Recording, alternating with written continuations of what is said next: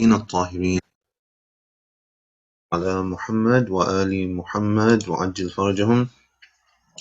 And welcome to all of you. Inshallah, I can see, alhamdulillah, very full class for this postgraduate certificate program.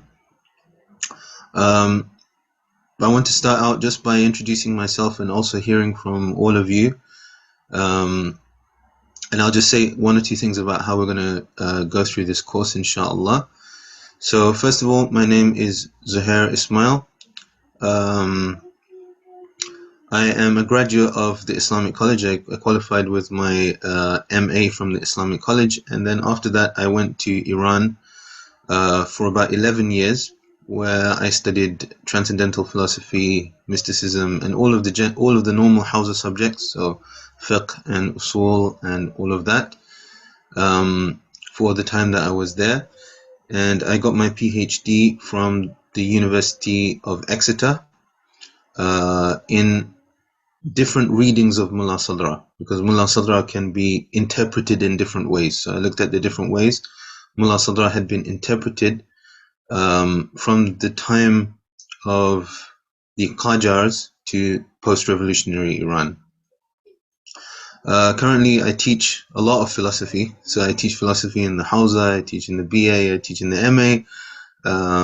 Now this is all the postgraduate certificate course, and I also teach at the advanced Hausa. So inshallah, you're in good hands as it pertains to transcendental philosophy. The way this course is supposed to run is it's supposed to be slightly different from a normal academic course. In an academic course, you'd usually look over subject areas, and the reading around that subject would be something that the students would be encouraged to do, and there would not be any kind of detailed examination of a text. But what this course aims to do is it aims to bring a more of a Hausawi approach, because the Hausawi approach is to have a very close reading of texts, and that is to enable the student in many ways, because reading of medieval or Arabic texts is something that requires a certain level of practice. It's not easy to just pick up a text and simply read it. Your research, if you like, the development of your research at a later stage is very much facilitated by doing a close reading, at least of one or two texts. So that's what the briefing is for this course. What we want to do is we want to pick a text that everybody's comfortable with and we can go through together. So for that reason, when I ask you to introduce yourselves, I also want you to tell me a little bit about how much you've done in philosophy, how comfortable you are with the Arabic language, and if you've had any previous Hausa studies, what your previous academic studies are as it pertains to philosophy, so that I can have a little bit of an idea of which text to pick, whether to go for a very advanced text or to go for an intermediate text, or perhaps a text in English, just so that we can have an idea. Other than that, if any of you have any questions for me, I'll be glad to answer them. Anyone want to ask me anything?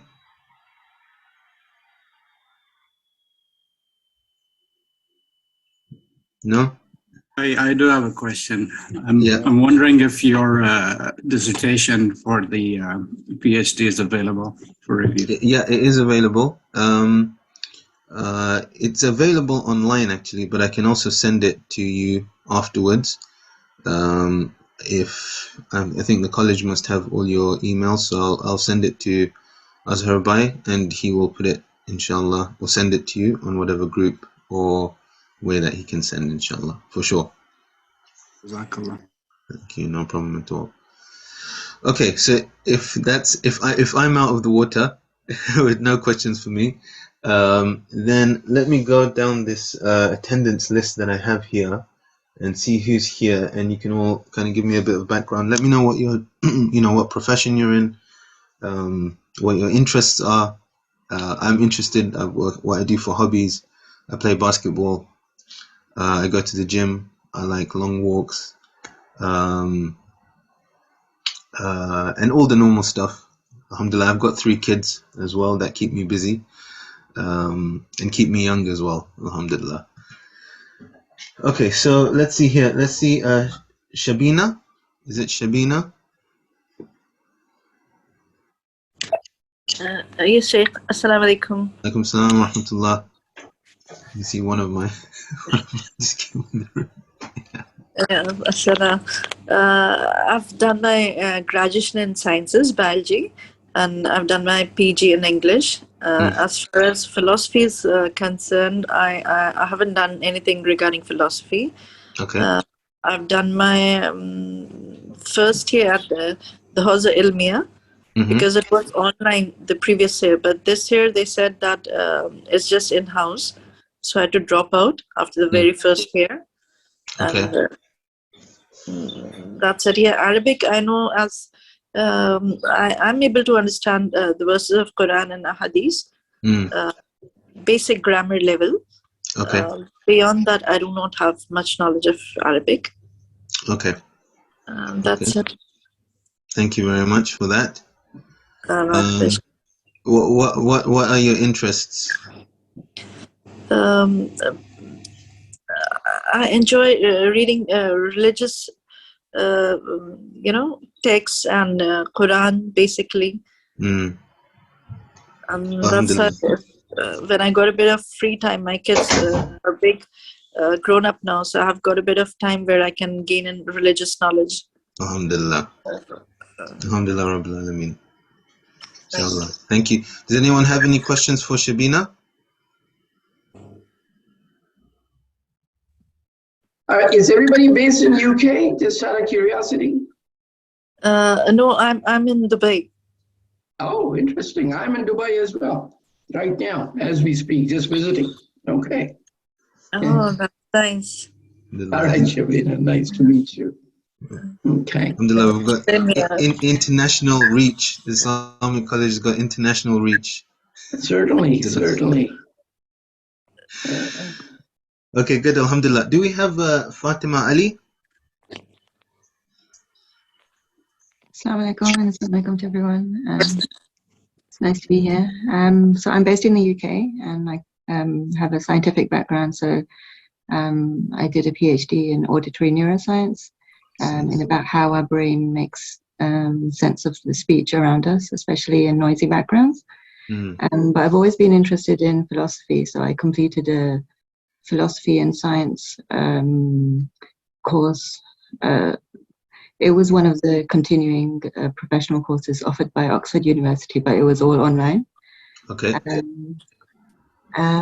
And just I've kind of learned a bit of Arabic and some Farsi, but nothing formally. And I've just done like personal readings of philosophy, but I would like to have a more formal background in philosophy. And even though my Arabic is not high level, I would like to be challenged with the text that we are studying. Okay, that's all good information. Thank you very much. I'm guessing the philosophy that you did was Western philosophy or Western philosophers rather than any traditional kind of Islamic philosophy. Yeah, it was. Okay. Yeah. And what do you enjoy doing in your spare time? Well, I have my son to keep me company. So I have a 9-year-old, and so yeah, spend family time together. Alhamdulillah, Alhamdulillah. Thank you very much, Fatima. Does anyone have questions for Fatima?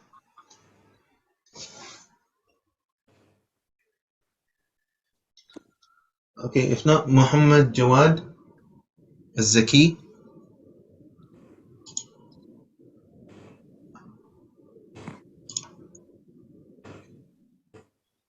Assalamu alaikum. Can you hear me? Wa alaikum salam. Yes, we can hear you. Yeah, so in terms of background for studies, I'm currently studying BA online with Jamiat al-Mustafa in Islamic mysticism and philosophy. In my spare time also, I'm currently studying with Hausa Online with the World Federation. Okay. Background, I've studied also Hausa Ilmiya of London for 1.5 years. And in and also Kofar and Hausa Online with Sheikh Manzoor Lagai for his diploma course.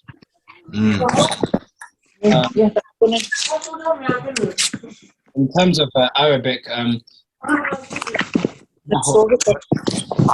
sorry, Shabina, do you mind putting your mic on mute? Shabina, thank you. Sorry, Muhammad Jawad, continue. And so in terms of texts of Arabic, I can read quite a lot of text and understand most of what is being said, but still it needs slight improvement. Okay, good. Inshallah. Okay, great. Thank you for that as well. I'm going to ask you as well what you do in your spare time. Do you relax? What do you enjoy? Normally, I like to be able to go for walks into nature and places like that. Alhamdulillah. Inshallah. So maybe they can organize some kind of hiking / walk that we can all go on together, inshallah. Inshallah. Thanks very much, Muhammad Jawad.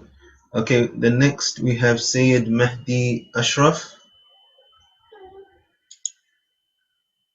Sayyid Mahdi.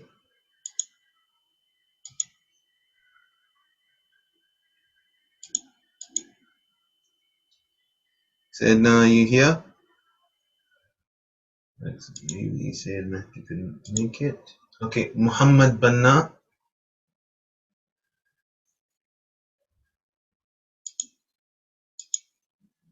Do you have Muhammad Banna?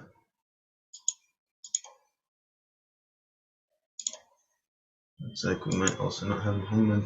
How about Reem? Assalamu alaikum. Wa alaikum assalam wa rahmatullah. I'm based in the United States, and I've completed my MA in Islamic law at Islamic College last year, alhamdulillah. And I've been interested in Islamic philosophy while for a long time. I have an MA in history, and I'm just interested in how some ideas have flowed through Islamic philosophy and Western philosophy, especially in epistemology and natural philosophy. So I'm interested in Ibn al-Haytham and Ibn Tufail, but I realize I've never taken a formal Islamic philosophy educational. I've never had a curriculum, so I'm interested in. I'm very much interested in learning about that, and I have an IT background originally from my bachelor's degree days, and I'm married. I have 3 kids. I have adult children, and inshallah. And I also like taking walks and spending time with my children here and watching some World Cup soccer, and that's about it for me. Alhamdulillah. Alhamdulillah. Okay, so in terms of the type of philosophy that we're going to do here, this is going to be transcendental philosophy, so a little bit different from Ibn Haytham and Ibn Tufail. But hopefully in the study of philosophy generally, and also with your peripatetic module, you'll have more exposure to those philosophers. But just generally speaking, when we go through the study of philosophy, there'll be many things hopefully that slot into place, especially as it pertains to this interaction between Eastern, Western philosophy and things like that, inshallah. Alia's raised a hand. Alia, sorry, would you like to say something? Assalamu alaikum, inshallah, you're well. In terms of transcendental philosophy, would that cover Ishraqiyya, for example? No, Ishraqi philosophy is illuminationist philosophy. Yeah, Zoheir, yeah. Yeah, Sohrawardi. The thing is that because Mullah Sadra has brought together many strands from the different philosophies from before, there is a link. And of course, transcendental philosophy, and in truth, the whole of the Muslim world was affected by Sohrawardi's ideas, especially, his idea, the connection between his idea of light and the idea of existence in Mullah Sadra, they're not that far apart. And of course, his ideas about how spiritual refinement need to be brought into a kind of philosophical process. It can't just be rational. It also has to be spiritual, if you like, there has to be self-development and things like that. That's also key and essential in transcendental philosophy. The same emphasis is put on self-development. In fact, Mullah Sadra himself, in order to write the Asfar, he went into khalwa.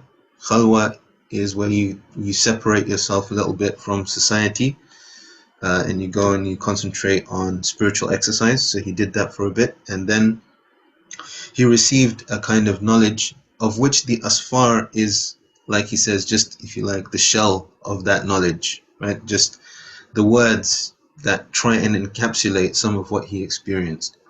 But at the end of the day, spiritual experience is something that is usually beyond a full explanation, Definitely. right? Yeah, and so he obviously couldn't explain. And so what he tried to do, actually, one of the projects of Mullah Sadra is actually to try and give a good rational foundation to the ideas of the mystics. So we'll see. In the earlier texts, you don't get exposed that much to this side of Mullah Sadra. But that's definitely there. And obviously, Sohrawardi's distinction between knowledge by presence and knowledge by acquisition is something that is used by everyone after him as well. So we won't directly deal with Sohrawardi. But inshallah, if there are some crossovers, we'll have opportunity to say something.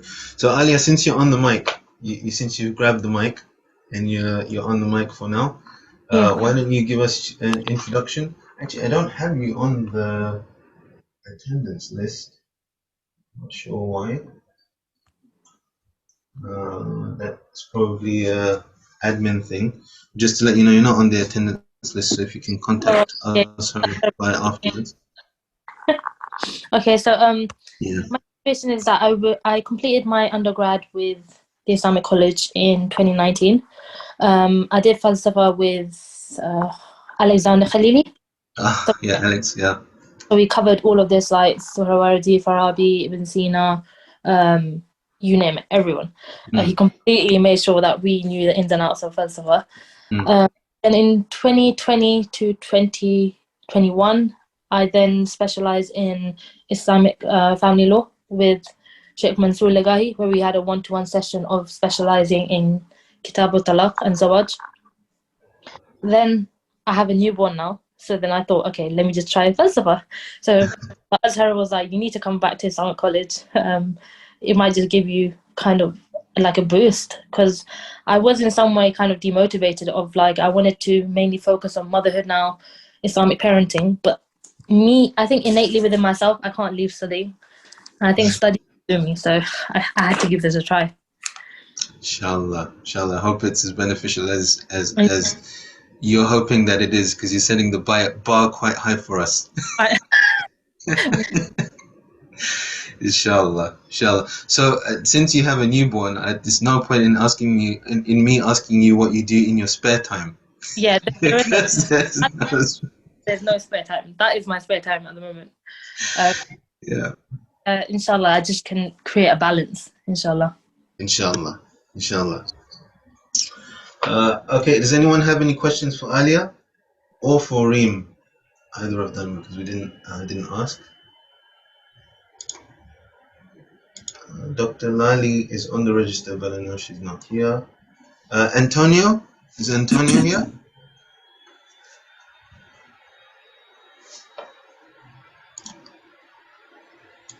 Antonio? Antonio is not here. Mariam? Mariam Hamim?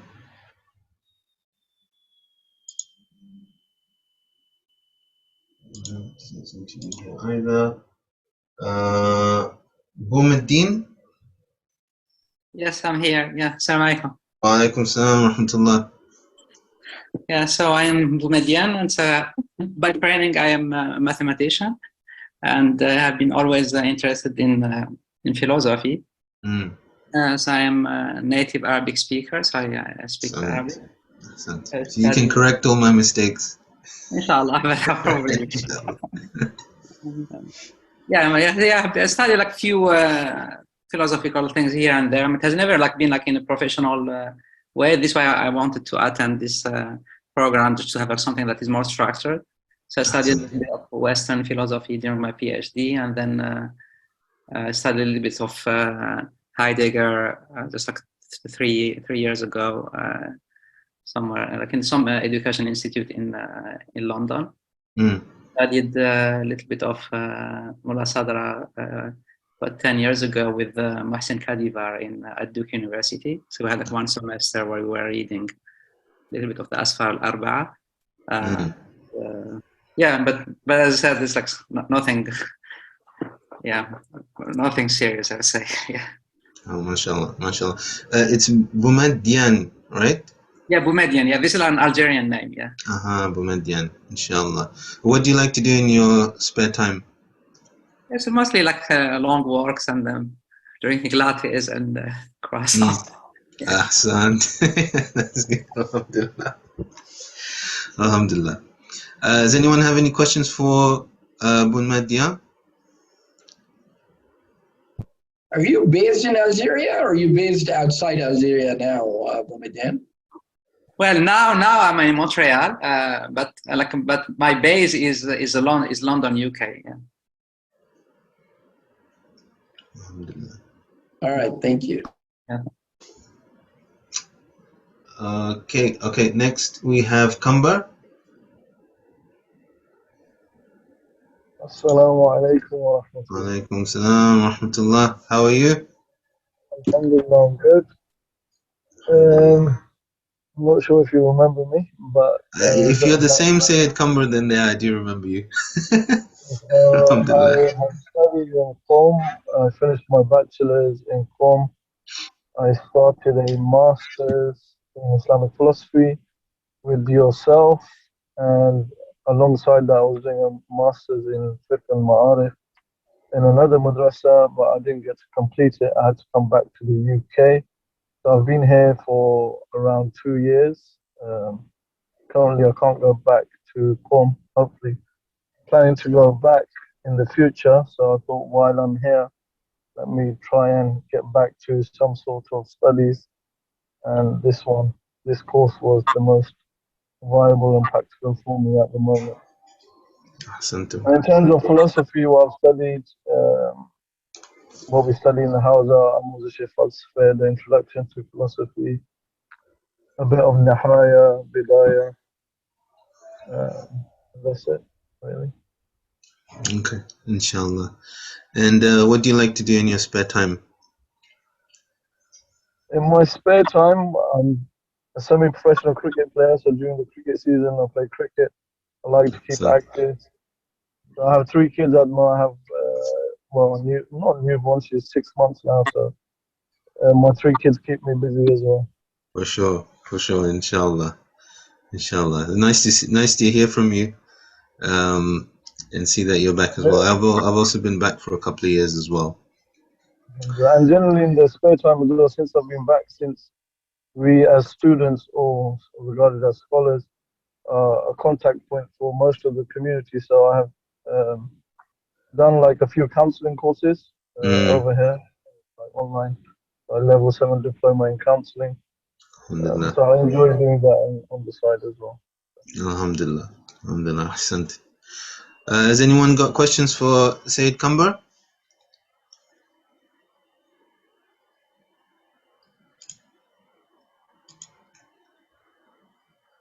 Okay, do we have Majid?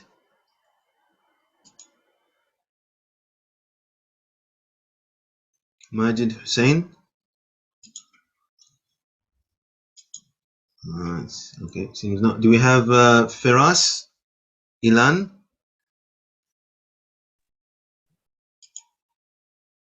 No. Do we have Sayyid Amar Ali Naqwi?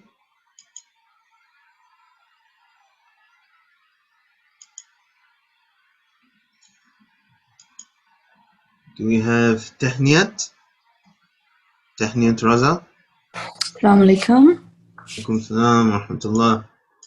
So, my name is Siyada Tahniyat Raza. I'm based in Dallas, Texas, America. I have a master's in human development and childhood disorders. I did my bachelor's in speech language pathology and audiology. Currently, I'm in my second semester from Al-Mahdi Hawza University full-time. And as regard to philosophy, we already did 3 semesters of logic. I finished Bidayat al-Hikmah with my ustads from Iran, and then currently I'm redoing Bidayah and then Nihayat al-Hikmah as well. What else? I'm a CrossFitter, weightlifter, and I learned quite a bit of Muay Thai. I have 4 kids. Oh, subhanAllah. Yeah, so my oldest is 22. He's a med school student. And my youngest is 13, and he's a national basketball player. SubhanAllah, it's great. Just bragging about it right now. No, it's all good because you're saying basketball is just making my eyes light up. Yeah, I love basketball. So all my kids play basketball, yeah, but this youngest one is like too much into it. So okay. That's about it. Right now, I'm on hold. I supposed to did my second semester exams 2 months ago. Unfortunate thing happened in our family, and I have to put my house studies on hold. I will, inshallah, finish my second year by the end of this year, so I can start my third year next year. Mullah Sadra, I did read a little bit of Mullah Sadra. I'm too much into philosophy. I didn't even know that I am in philosophy because I've been reading philosophical books. But couple of when I visited Iran, couple of ulamas when I met, they recommend not to study philosophy, specifically being a woman. And I don't know why is that, but I'm like, I did not even know that I have a philosophical mind. But I did read quite a bit of books, Western philosophy as well as Eastern one as well. For Avicenna, we started Shifa with Professor Nizamuddin Syed. Now I put it on hold as well because he has to move. Other than that, that's pretty much it. It's just philosophy and myself. Okay, alhamdulillah, that's great. I can see a couple of you have done all the way up to Nihayat al-Hikmah, and some even beyond that as well, going into the Asfar and other books like that. So that's helping me quite a lot, because what I'm going to do then, especially for you that have done something like this, is I'll be challenging you a little bit more in the classes, in terms of actually then helping me to decode what the text says itself. So that's the way I'm thinking of challenging those of you that have done a little bit more, and also balancing it with some of you that haven't done as much, if you like, traditional studies in transcendental philosophy. Okay. One thing I would recommend, if we, rather than Zoom, if we can use Microsoft Teams, it will be easier for you to share the screen and then write on the screen if you want to, rather than the Zoom, because sometimes the voice is not really clear. Okay. So that suggestion and any other kind of admin suggestions, if you can direct these at Azhar, because they have their own system. ICAS has its own system, Brightspace. But I think they chose this because it's better than Brightspace. So I think for Teams, then if you can recommend them. Okay, I'll talk to them. Yeah, because Zoom sometime, like we did Tawheed, I think 2 weeks back, and we couldn't even understand. But it was something happened in Iran. But Zoom is not like very. When it comes to philosophy, we need a very clear voice. Yeah, for sure. Everything, so. For sure. So I will talk to them. Yeah. You need to hang on to my every word. Yeah, that's true. Yeah, because I've been following your, I think, posts and some of your papers as well on Telegram. Okay. Great. So I know a little bit of your style and teaching and stuff, and I really liked it. Okay, so inshallah, great. Thank you. This degree will be fruitful for us. Inshallah. Inshallah. Yeah. Has anyone have got questions for Tahniyat? Yeah, so maybe, so did she say that you have a Telegram channel or? Oh yeah, I have a Telegram channel. Yes, I will share that right now in the chat. I try and put thoughtful posts on there, so hopefully they're thoughtful. And you can, the good thing about Telegram is you can scroll up and see all of the past messages.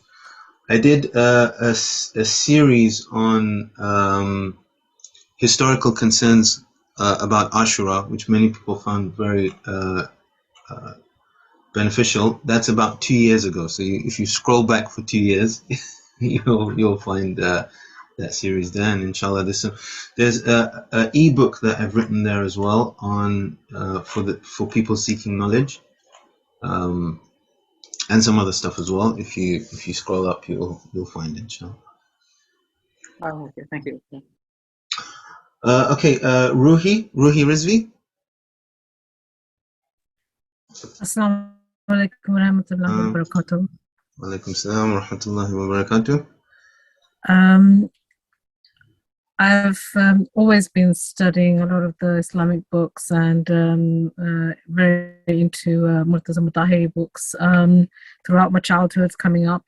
I think the closest to Islamic philosophy, I think, would be the Philosophy of Islam by Dr. Beheshti and Dr. Bahona that I read. It really intrigued me towards learning this subject. But it's always been at the back of my mind that this is a subject I would really, really want to study. I have a master's in Islamic studies. We did a little bit, we touched on Sufism and a lot of the mysticism stuff, but I wanted to go in a little bit more deeper with philosophy.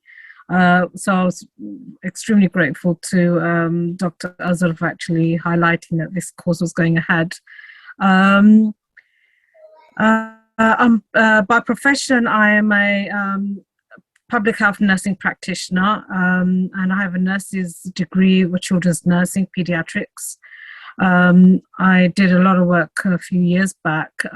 Due to health, I had to kind of make it a former.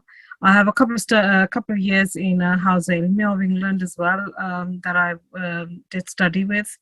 And maybe just about 4 or 5 lessons of Arabic for you, because that couldn't go ahead either due to health reasons. But other than that, yeah, I have, my mind is usually thinking about studying literally all the time. And yeah, I do want to kind of challenge myself with Arabic. And yeah, the Islamic philosophy is just right up my street right now. Inshallah. That's great, alhamdulillah. And what do you like doing in your spare time? Well, currently I'm really into World Cup football, to be honest with you. I've always been a sports fanatic.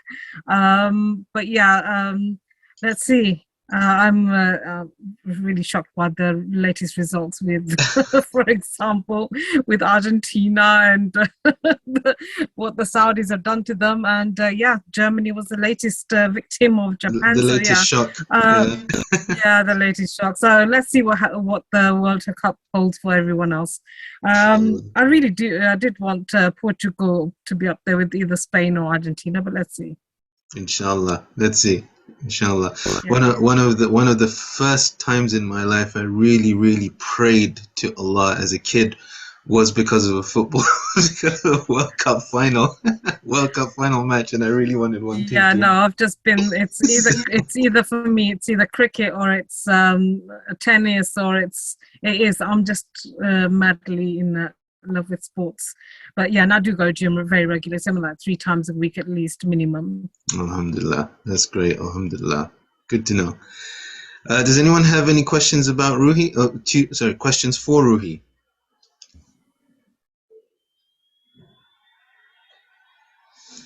Okay, do we have Sabika?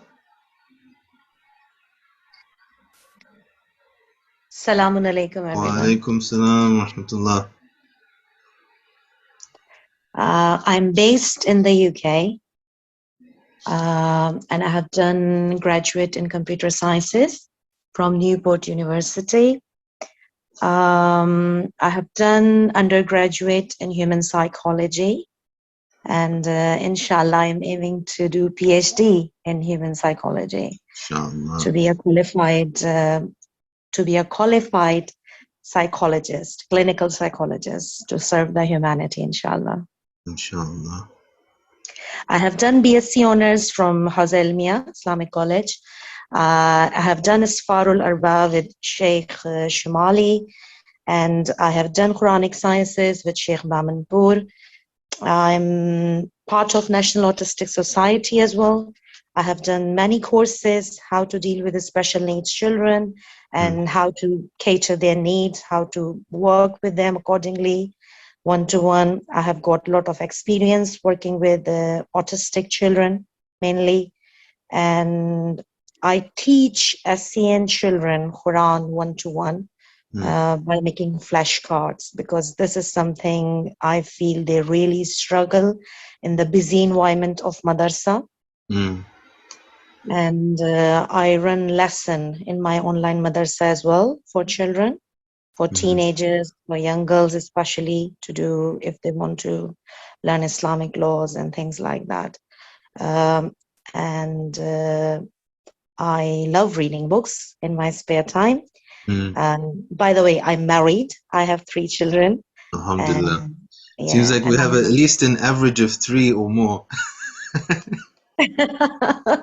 I love spending time with them. I love spending spare time with them. Actually, to be honest, when you are a mother, there is no spare time. So I love spending all my time with my family and especially with my children. Alhamdulillah. Alhamdulillah. That's really nice to hear as well. I can see there's quite a few of you who've got specialization in dealing with children, which is interesting. Maybe there's an opportunity for you to all network with each other. If we were present, then you would be able to interact in the break times. But inshallah, hopefully there's networking opportunity there as well. Does anyone have any questions for Sabika?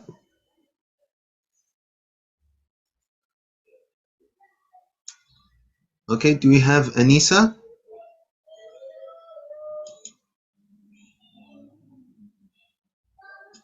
Okay, it seems we don't have Anisa. Do we have it's either Saiba or Saiba? Saiba Fatima Shah?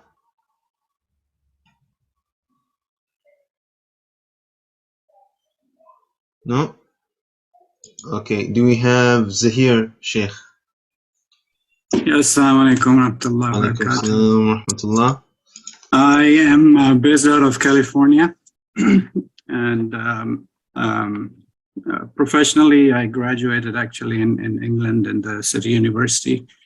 And from the Islamic perspective, I have completed the MA at ICAS in Islamic Studies. And it has a module on philosophy, although it's more of a historiography. But before that, I just used to run from any lectures or books related to philosophy. But that kind of piqued my interest. And I tried self-study with Bidaya online and the book on Islamic philosophy by Shahid Mutahari, but did not have the discipline to continue. So I remained at the Bidaya stage right there. I'm very excited to learn about the transcendent philosophy. I believe it's a syncretic approach, and it brings, all the good teachings together. From Arabic level, I'd say I'm not a beginner, but I'd probably be slightly less than intermediate. So some Arabic understanding there. Interests involve woodworking. I enjoy horticulture as well, scuba diving, and studying. So you could call me a career student. In terms of family, I'm going to break the mold of average 3 kids. I have 5 kids. Oh, I said, yeah, wow, it's average 3 or more. Yes, yes. Yeah.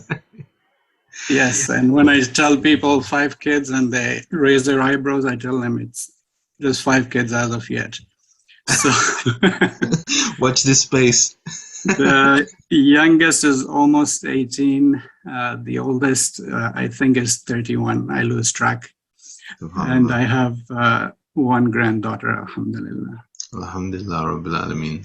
Alhamdulillah, it's beautiful to hear. I don't know. I have a daughter. My third child. I had 2 boys and then I had a girl, and completely changed my life. I don't know what it would be like to have a granddaughter. So congratulations to you, inshallah. You're right. Daughters are special, and grandchildren are more dear than your own children.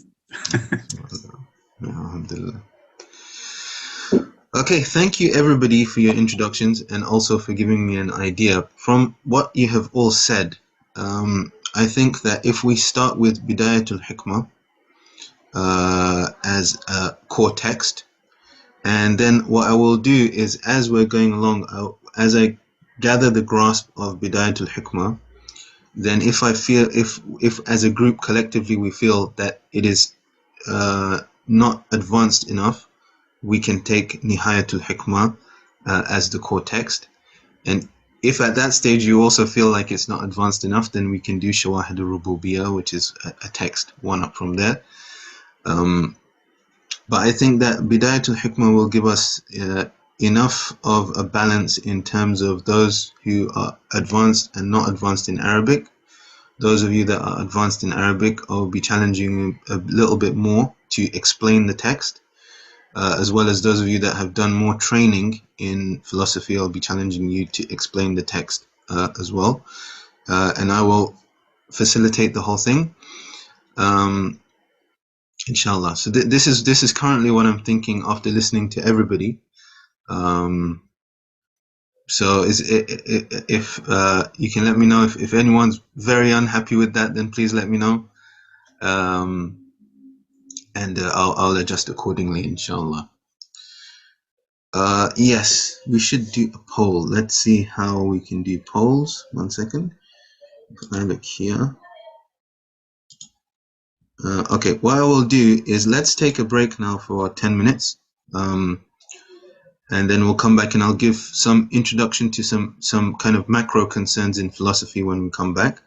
And in the same time as well, I will try and figure out how to do a poll. If anyone, does anyone know how to do that? And in Zoom? I've just got here breakout rooms, captions, a whiteboard, applications. I don't think I have any. So if anyone knows how to do a poll, please let me know in the break as well, inshallah.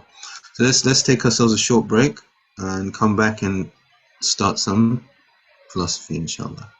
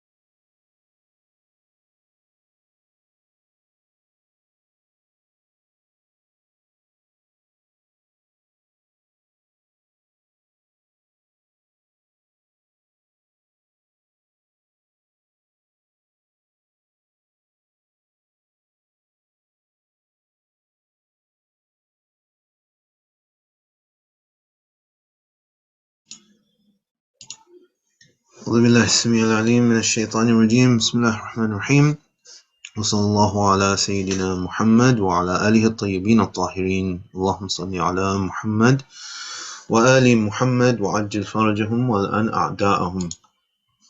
So just in the chat here I've sent my Islamic College email, so if you need to email me about anything, anything that you can't bring up in class or anything like that, then please feel free to do so.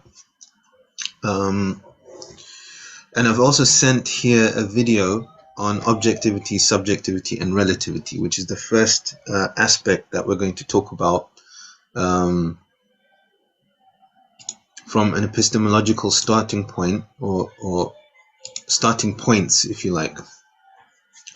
So, generally speaking now, I'm speaking in a general sense, there are three main epistemological approaches. And each of these epistemological approaches emerged at certain times. So they are modes of thought. Yeah? Epistemology is the branch of philosophy that asks how we know things. So they're theories about how we know things. And in a minute, I will also explain that this is an area that is not an area which is assessed with proof. You will not prove which epistemological starting point you will start with, but rather for all thought, you have to sometimes start somewhere. You can't prove a blank slate. Only after you have some pegs in the ground can you actually go about proving things. So I will also explain this point in just a few minutes. But before I do that, let's start by explaining the difference between these three epistemological methods. Okay. So the first approach is objectivity. What objectivity means is that the knower, the knower knows the object. Let's draw a tree here. You have to be patient with my digital art skills. Can access and come to know the object in the real world. So this here is the object. And this is the subject. Subject. Yeah. So an objective worldview, can we have the Arabic next to the knower as al-alim? Yeah, you can call the subject the alim, the person who knows, and you can call the object. What would you call it? If you're calling the subject the alim, what are you going to call the object? Ma'lum. No, sant. Yeah, the ma'lum. And one of the discussions that we're going to, well, I don't know if we'll actually be able to come to this in the course that we have, but one of the ideas of Mullah Sadra is the ittihad, or the oneness of the aqil and the ma'qul, or the alim and the ma'lum, if you want to put it that way as well.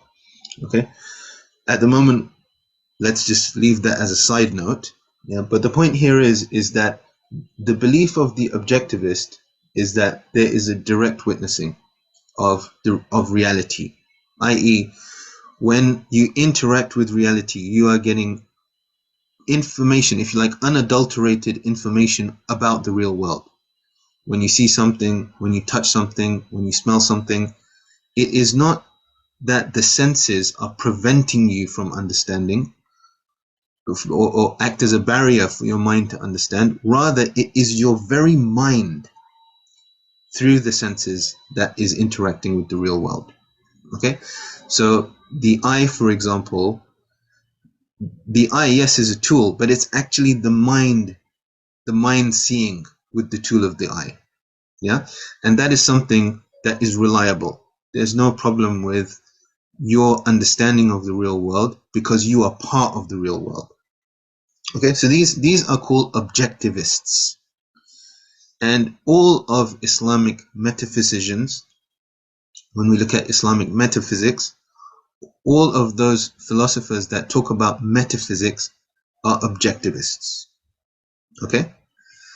Especially since when we talk about Islamic philosophers, we are generally talking about pre-modern Islamic philosophers, before the modern age. Okay. Now, with the modern age came the rise of subjectivism. In subjectivism, we don't concentrate on the object, we concentrate on the limitations of the subject.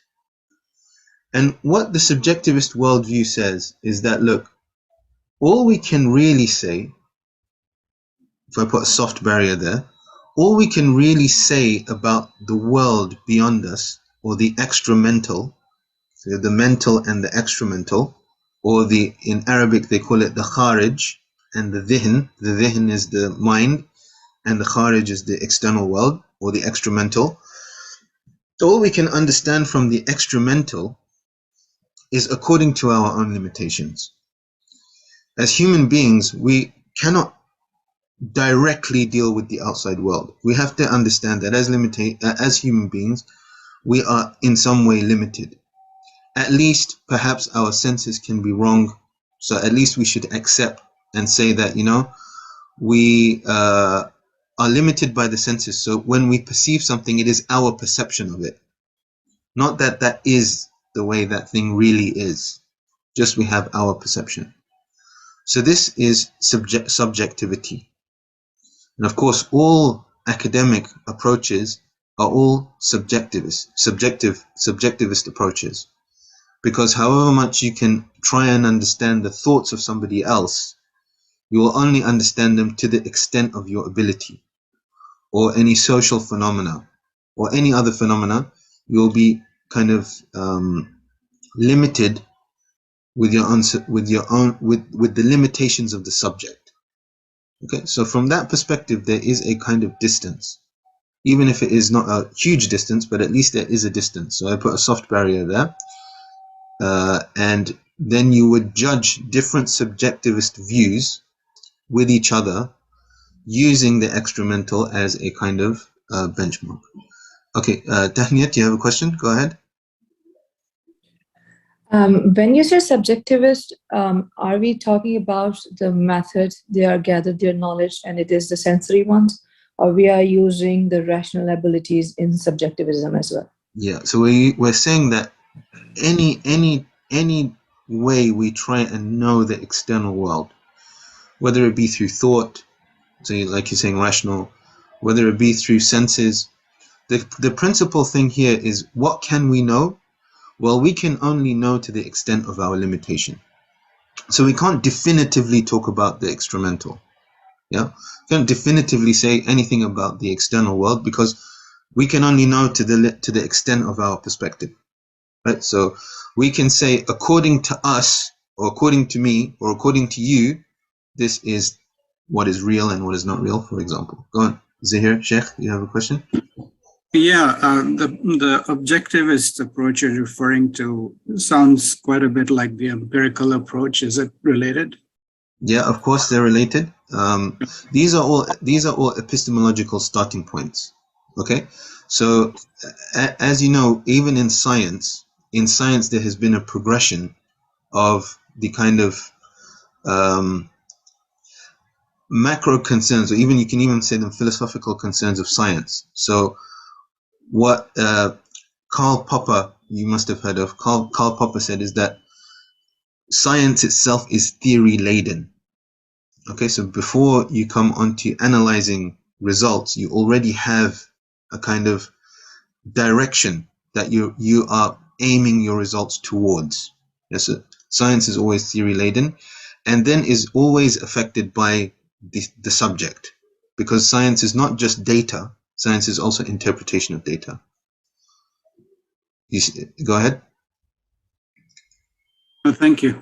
Yeah, okay. Okay, so we'll see, these are fundamental concerns. They're not something that are even black and white in a sense. So you might be an objectivist in some things, a subjectivist in other things, and what we'll bring about next is a relativist. A relativist says that no, there is actually a barrier. Sorry, that barrier was supposed to be just on one side of the dotted line, but there is actually a barrier between the human being and the outside world. And what is important is not the object. What is important is in what is in the mind of the subject. Yeah, so the object itself is not important. The extramental is not important. Reality is what is up here. Relativist.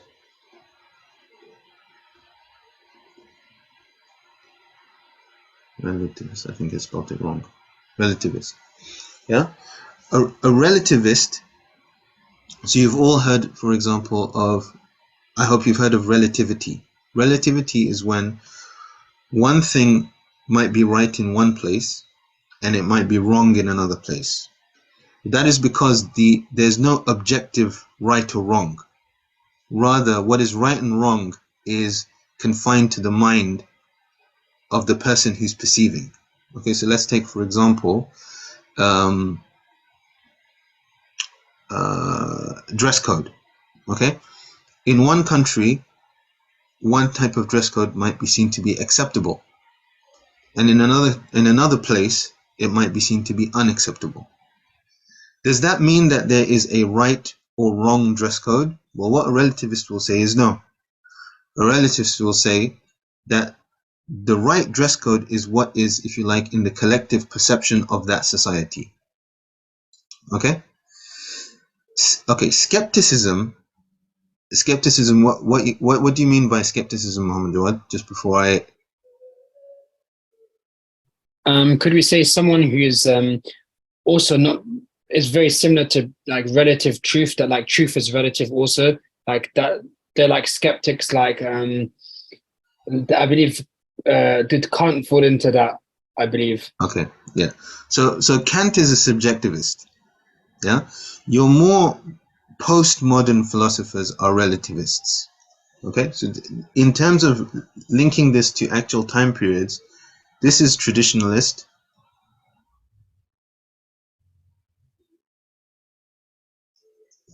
Subjectivism is modern, i.e. post-enlightenment, enlightenment and post-enlightenment, and this is postmodern. So you might have heard of post-truth.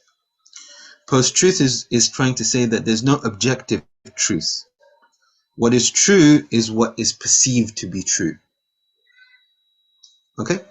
And like I said to you, these are very important epistemological concerns, and it's not always black and white. As it pertains to metaphysics, Islamic philosophers are very clear on metaphysics being objective. But as it pertains to other things, they might not be as clear. Okay? And one of the aspects in which Islamic philosophy may develop in the future is in terms of understanding relativity more. Okay, because like I said to you, especially when it comes onto social constructs, relativity does play a role. So let me give you an example to kind of show you why would anyone think like this? Why would anyone say that the outside world is not important and what's in your mind is important? Let's take this phrase. Beauty is in the eye of the beholder.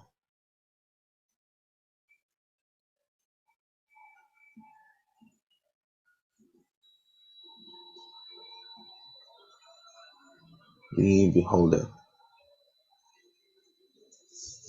Okay, beauty is in the eye of the beholder. What would an objectivist think of this statement?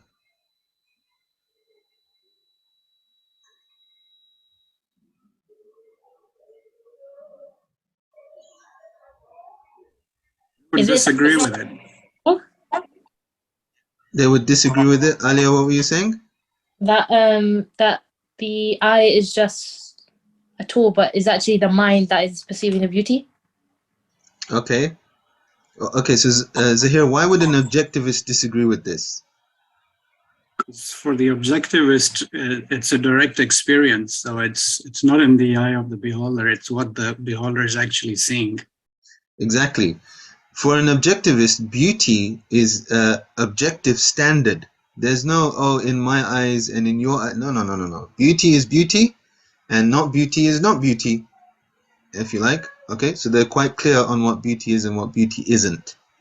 Yeah. There is an objective standard to beauty. So they would not be happy with this sentence. What about a subjectivist? How would a subjectivist look at this sentence? Would they agree with it? Would they disagree with it? Would they agree with it but with some kind of caveat, or how would they see that?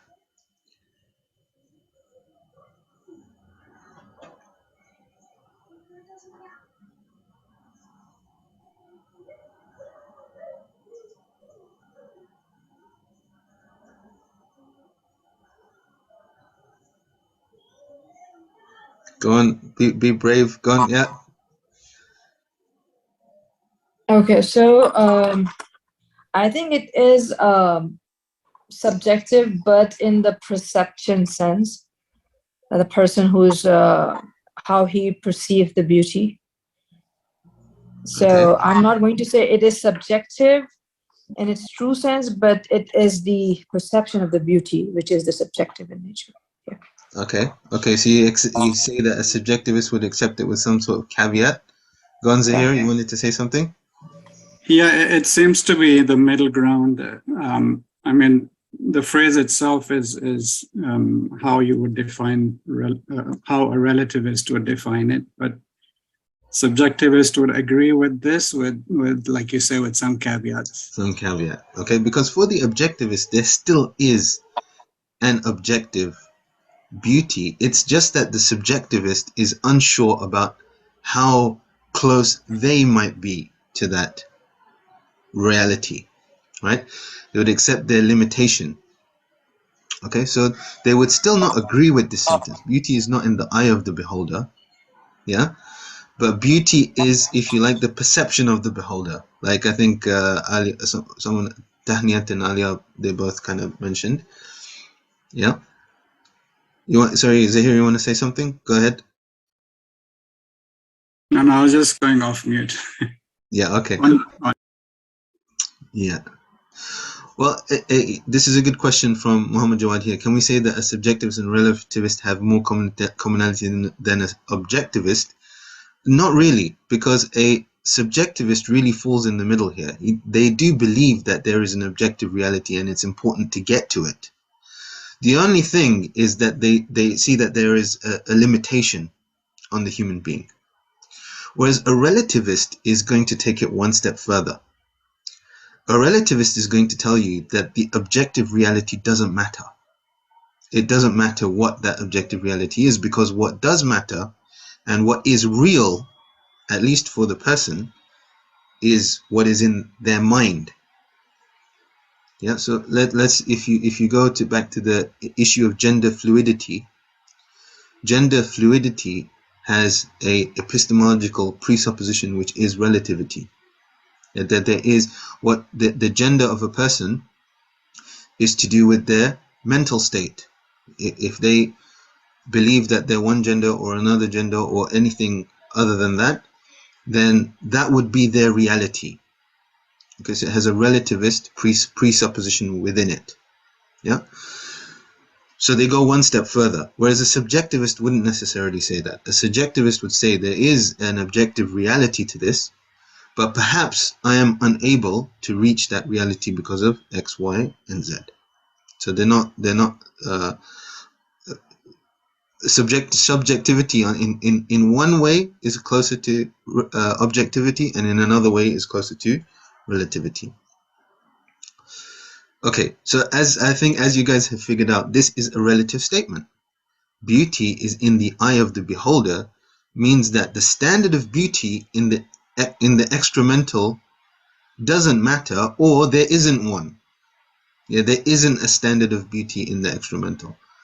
Rather, beauty is something that is within the reality of beauty is in the mind of the perceiver. If the perceiver perceives something to be beautiful, it is beautiful. And if they don't, then it's not. So in one way, many of us might feel like we have some kind of sympathy towards this view. It's not something we necessarily just throw out of the window and say, because it's relativist, it can't be true. Yeah. So I just brought this as an illustration to show you here that all of these epistemological starting points can be valid when they are applied to various things. Okay, it doesn't have to be just, we're not relativists. We don't do that. Or, we're not subjectivists. Like I said to you, in the academic process, we're all subjectivists. Everybody accepts the limitations of academia and acquisitional learning, yeah, accepts that you can only know as much as you can know with your limited resources, distance in terms of time period, your inability to collect all results, for example. You have to accept some level of subjectivity in your academic approach, yeah. And objectivity is what we're going to rely on when we come to philosophy. Go on, Zoheir. So the phrase "perception is reality" would be a relativist approach. Then. Exactly. Perception is reality is a relativistic approach. Yeah, and if you were aware of these before, or if you've just become aware of them now, you should look at how this plays out in entertainment. Yeah, the one thing about Western entertainment is that it is very close to philosophy. Any good program that you see, any good movie, any good show that you see is usually linked to something in philosophy. Yeah, and many of the movies are actually thought experiments in philosophical ideas. Yeah, so now that you know these three, next time you're watching any kind of movie, see if you can basically find these. So I've sent a link in the chat. Sorry, let me just see. Is there a form of conjectures? Ruhi, I'm not quite sure if I understand your question there. Is there a form of conjectures?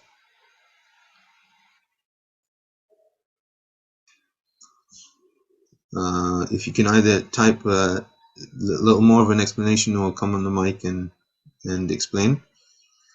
Even with ad making, it uses philosophy. Yes, as we'll see, the interesting about ads is ads use logical fallacies.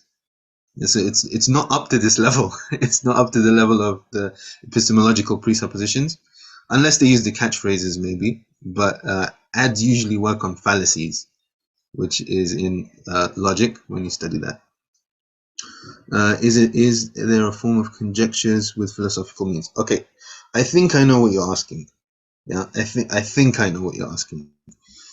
Which is basically, is everything in philosophy hard proof?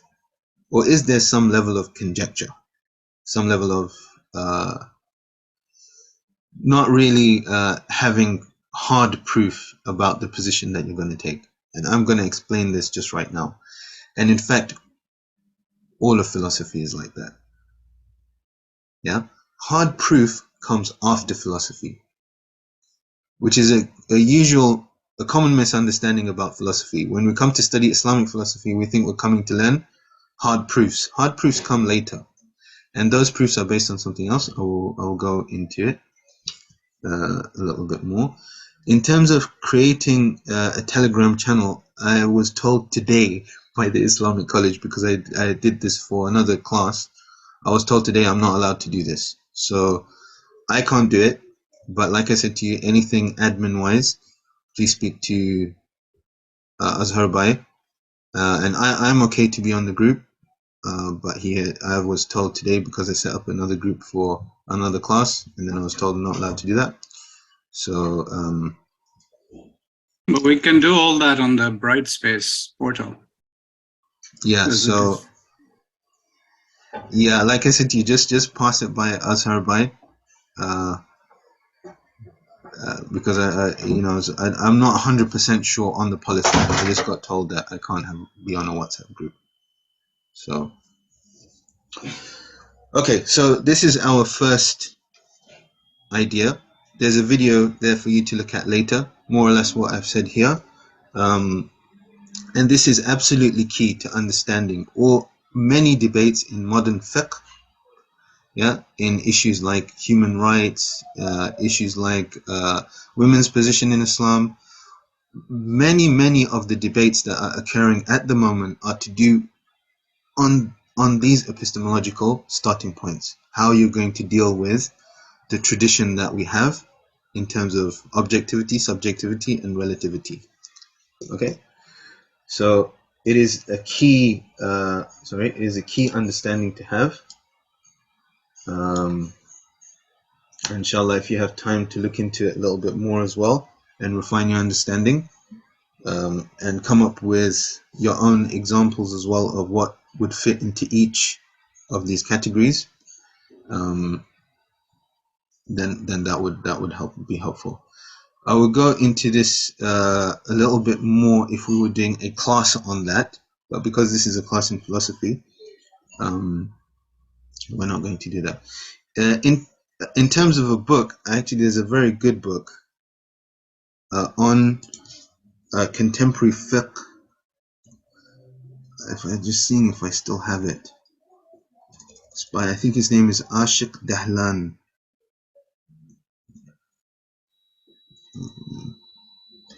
But in the next time, I'll try and get that for you. Or if we have another short break, I'll try and see if I can find that book for you. But these are generally three approaches. You can find a lot of information on the internet and stuff like that. But I will send you also one book in contemporary fiqh that talks about this. Okay, so back to our drawing. Okay, so now keep that to one side. That's the first thing that you need to know, that there are three epistemological approaches. And when we're dealing with metaphysics, we are dealing with an objectivist approach. We are realists. Okay, the realism and idealism. We are realists. What we think is that what is around us is real, and that we really do have a connection and a reliable understanding of what is around us. Okay? So, put that to one side. All thought can be summarized in this triangle. Oh, sorry.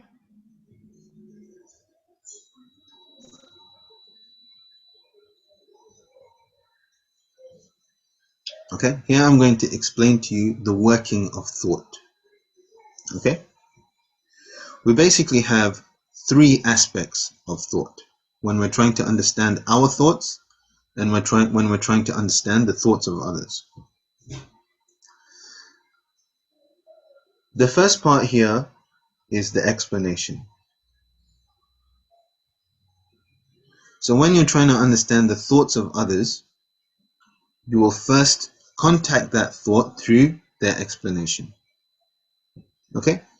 What a person tries to do in their thought is they try to offer some kind of proof or reasons, good reasons for why they come to their conclusions, which I explained.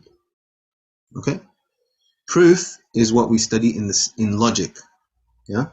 So if we're going to follow a traditional understanding of logic, we have two types of proof. What are the two types of proof?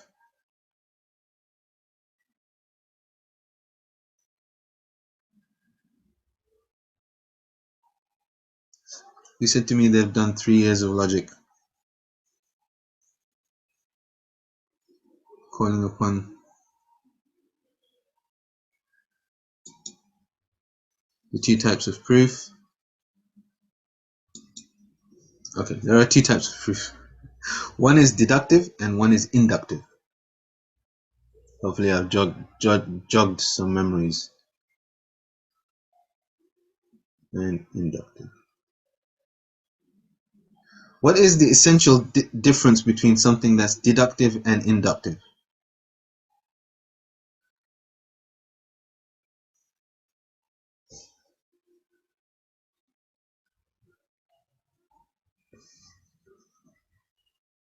You know, now I'm digging up old memories for some of you that have done logic. I don't know what deductive is, but I'm assuming in Arabic that's qiyas, right? Yes. Okay, fine, because I prefer the Arabic. Okay. This is qiyas and inductive is istiqra. Yeah, that's what I was just trying to write the Arabic. I was thinking, what is deductive? Qiyas and istiqra. Yeah. Okay. So what's the difference between qiyas and istiqra?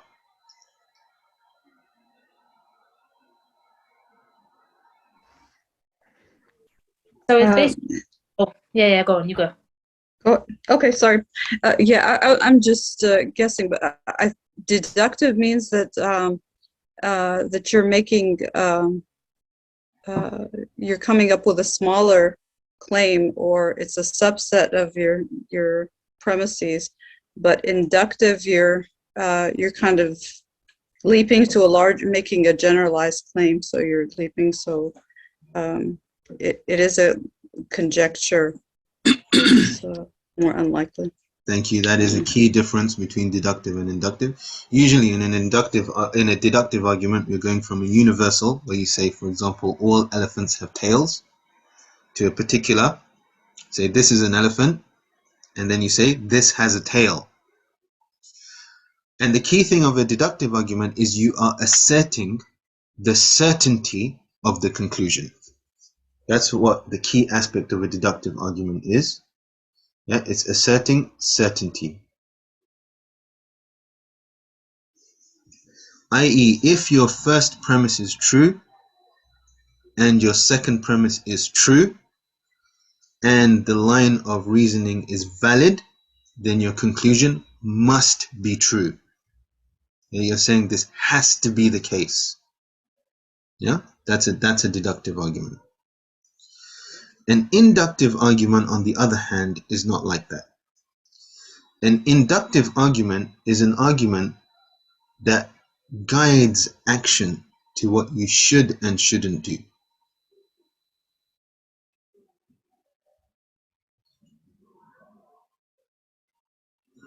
So, for example, if I examine a group of middle-aged men and have a test where I see what are the effects of smoking on middle-aged men? Okay, I make them smoke for, let's say, 10 weeks, and then I come up with a number of conclusions that, for example, their heart rate went up by this much, and this happened to them, and that happened to them. That will not conclusively tell me that every single middle-aged man who starts smoking for 10 weeks will have these effects on them. It will not tell me conclusively. And I would not try and conclusively claim this either, because I've only taken a small sample of middle-aged men. But what it does do is it gives me a guide to what should be done and what shouldn't be done. So let's say, for example, middle-aged men shouldn't smoke for 10 weeks or whatever, or shouldn't smoke. Okay?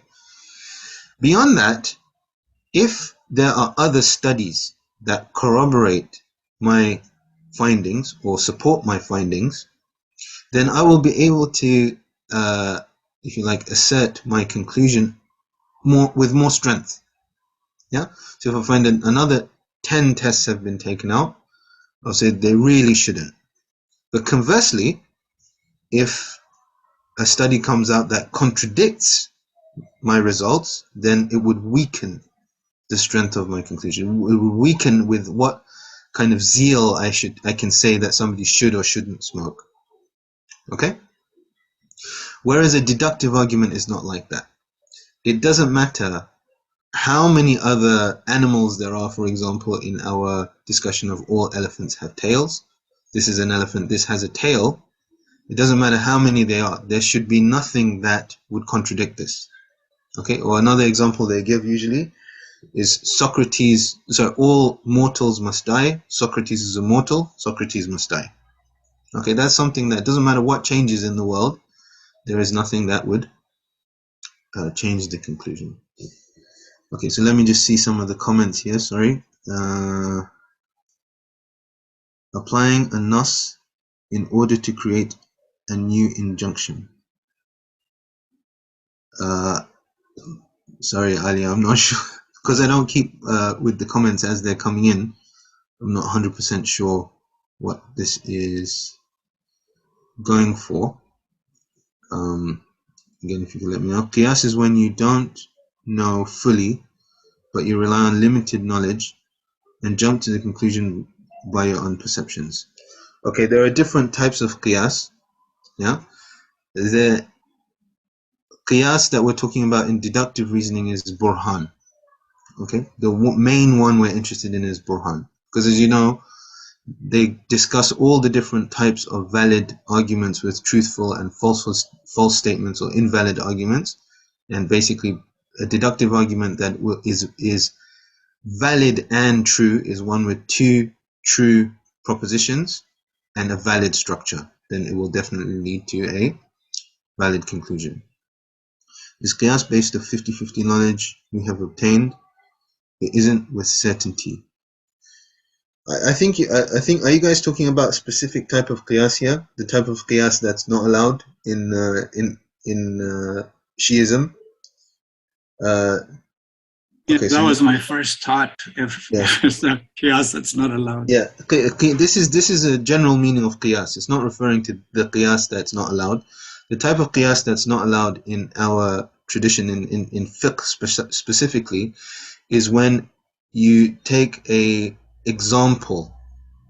Yeah, it's called qiyas tamthili. When you take the example of one thing and directly apply it to something else.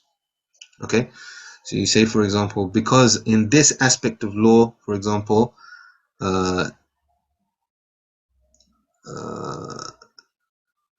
this is the ruling. Therefore, in another place in fiqh, in another bab of fiqh, you can also use the same kind of reasoning. This is something that we're not allowed to do in our fiqh. But here, when they talk about qiyas, they just mean the general linguistic or more terminological meaning of what qiyas is in this subject, which is a deductive argument. Sorry, I've come in late because I was doing the other class in the Hausa. So No this problem. type of qiyas which we are talking about is the one that is applied in medical sciences all the time. You take a sample in a population, you test things, and then you come to a conclusion on a limited sample of people. This is that type of qiyas. This is called istiqra. Istiqra. Yeah, in Arabic. Yeah. So I think there's some here. So what we have, a deductive argument, let's just call it a burhan. That will be easier. And we have an inductive argument, which is istiqra, which is actually generally how we live our lives. We live our lives on istiqra. So for example, if I go to my child's school to pick them up and I park on a double yellow line at 4:30 and I get a ticket, okay, I'm not happy, but I might be in a rush again, and I turn up again and I get another ticket, yeah, then I'm not going to do it again. It guides my action. But would I be willing to say that whenever you go at 4:30 you will always get a ticket? Well, not necessarily. Yeah, because maybe I was just unlucky, and the 2 times that I went and did it, traffic warden was there. But not necessarily every time you go and park at that time in that place you're going to get a ticket. But it will definitely guide my action. I won't go and do it just in case there is the warden again and I'm going to get the ticket. Okay, so usually our actions are based on istiqra. Through a process of trial and error, we basically get to know the world around us. Okay, so what somebody will try and furnish us with in an explanation of their thought is that they will try and furnish us with some kind of reasoning. Yeah, a reasoning in which the conclusion follows from the prepositions, either deductively or inductively. So they'll either be asserting the truth of something, or they will be guiding towards what we should and shouldn't do. Okay? Ruhi, I'm sorry, I'm not understanding this either, e.g. in tacit knowledge. Sorry, I meant to put it in full. For example, tacit knowledge is based on lived experiences or experiences which guide us. So when you gave the example of parking outside a school on a yellow line, that's a kind of a form of a tacit experience, and then you yeah? Yeah, so you don't not going to go and read that in a book, for example, but it's your own tacit knowledge that you've got Yeah, without. absolutely, and that would come under inductive, right? Exactly. So we live our lives on a lot of our decisions are guided by tacit knowledge. Yeah, we don't need to read it. We go through the experience and we kind of build that picture. Yeah, and then absolutely. Shouldn't do. So, Thank okay, you, Sheikh. perfect. Yeah. Okay, so explanation, proof. But what guides our proof is something called presuppositions.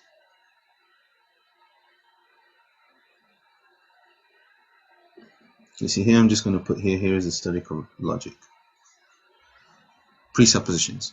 Our presuppositions are positions that we take before we start the process of trying to assert anything certainly or with a probability of action. Yeah? Before we do that, we need to presuppose some things. Okay? Because there is no argument which is in a vacuum. Yeah? Those arguments are all supported by presuppositions. Yes, these are the same as fundamental axioms. Yeah, or a priori axioms. Yeah. So these are things that are presupposed in the argument. Okay. So let me give you. Let me also mention here how presuppositions are assessed. Okay. Presuppositions are assessed on 4 criteria to question whether they are good presuppositions or not. Because a presupposition is not something that is going to require proof. Okay, we're not going to be able to prove our presuppositions. But what we want to do is show that our presuppositions are justified. And they lead us to a justified way of understanding the world. Okay, and philosophy is all about presuppositions. Yeah, what we spoke about right now in terms of epistemological starting points, those are presuppositions. They're not something that you can prove deductively or inductively. They are something you have to start with before you go into the process of deductively or inductively arguing something. Okay? So how are we going to judge between the different presuppositions we can take? Because you don't prove a presupposition, it means you either accept it or you don't. So you can argue against somebody else's presupposition by saying, I don't accept that. So if somebody is a relativist, yeah, you can simply argue against relativity by saying, I am not a relativist. I don't agree with you. So if you hear this, beauty is in the eye of the beholder, the other person says, or the person who's espousing that is saying that from a relative perspective, because there's a relative epistemological presupposition, you can simply disagree. I'm not sure what relativism is in Arabic. I have to check for you. Sorry. Nisbiya. That sounds pretty close. Thank you. Okay. So what are the 4 criteria?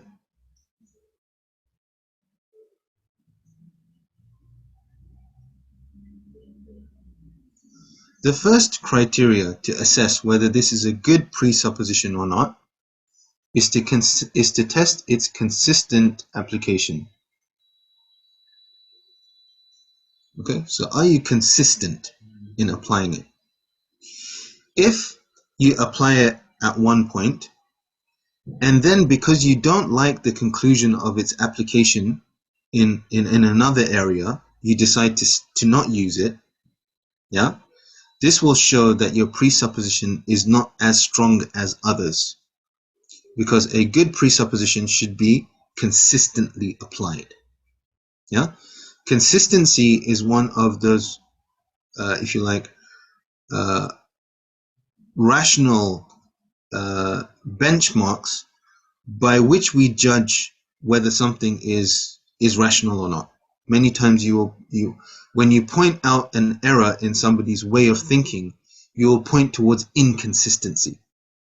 Yeah. So our children, many times, they catch us on inconsistency. Yeah. You said that you can't do this, but now you're doing it. Yeah. Or you said last time that we can do this. So you said we can play video games, and now you're saying tonight we can't play video games. Right. They'll catch you out on consistency, because within their very, if you like, pure and innocent and fresh minds, okay, they already know that one of the ways of spotting something that is not rational is to find its inconsistencies. When you find an inconsistency, there's a problem. Okay, so first thing is that you have to consistently apply your presupposition. The second is that there should be, once you apply that presupposition, okay, the presupposition itself should be coherent, but not only that, after you apply it to individual circumstances, you should remain with coherency. Okay, there should be a coherent structure that is formed from that presupposition. Okay, so the next one is coherency. Okay.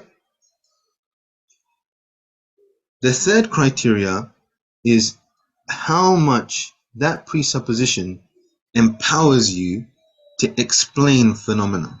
So explanatory power.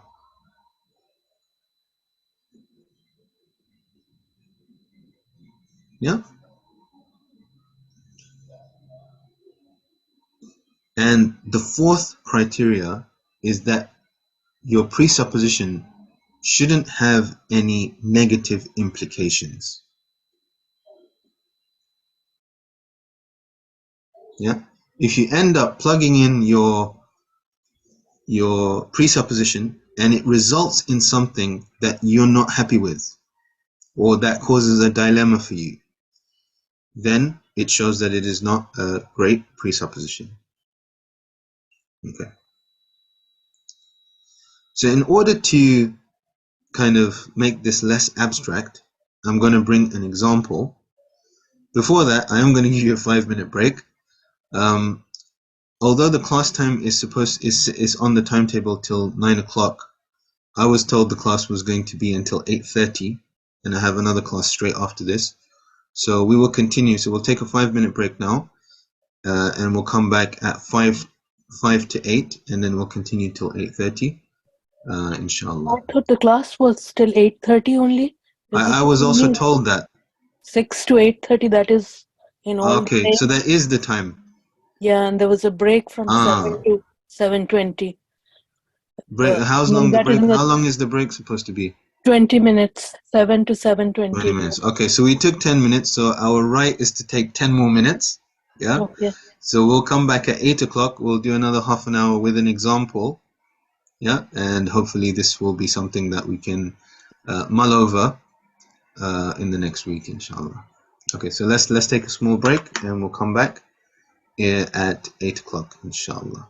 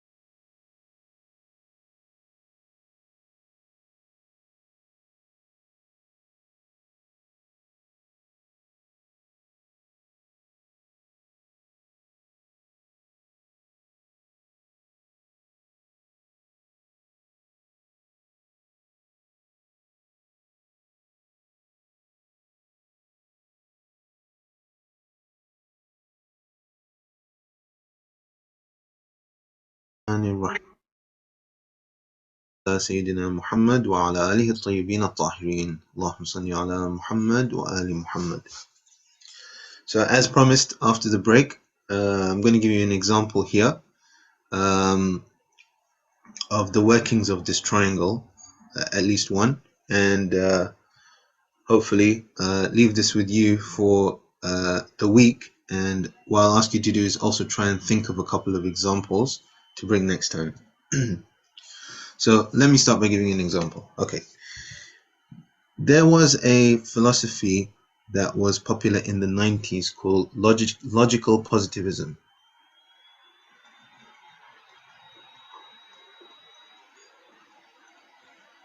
Has anyone heard of logical positivism? Yes. Yeah. What is logical positivism? Well, my understanding is that it tries to combine between empiricism and rationalism, and that which is not empirically verified does not exist. Thank you. Yes, very good. Excellent. Yeah. So the logical positivists had a very key presupposition, which was, like you said, something that is not empirically verifiable or verified, yeah, is not valid or is not real. Okay. I'm gonna put it this way: something that is not verified by the five senses, yeah, would be invalid. So if it's not validated by the five senses, then it would be invalid. So they were objectivists. Yes, objectivists, but objectivists in concerning the five senses. Okay, so the only reliable way to ascertain what was real in the external world was the five senses. And for them, they felt that this was actually a very good position to start with. Made sense, right? And it made sense to be a fundamental presupposition. Okay? They didn't seek to prove this, obviously, they sought to rationalize it. But within this, I want to show you something. Okay, so if this is your presupposition that only those things which are empirically verifiable, or those things that can be sensed with the five senses, yeah, can be considered to be valid, and anything that is not empirically verifiable or sensed by the five senses, that would be invalid. Is there any way that you can prove the existence of God?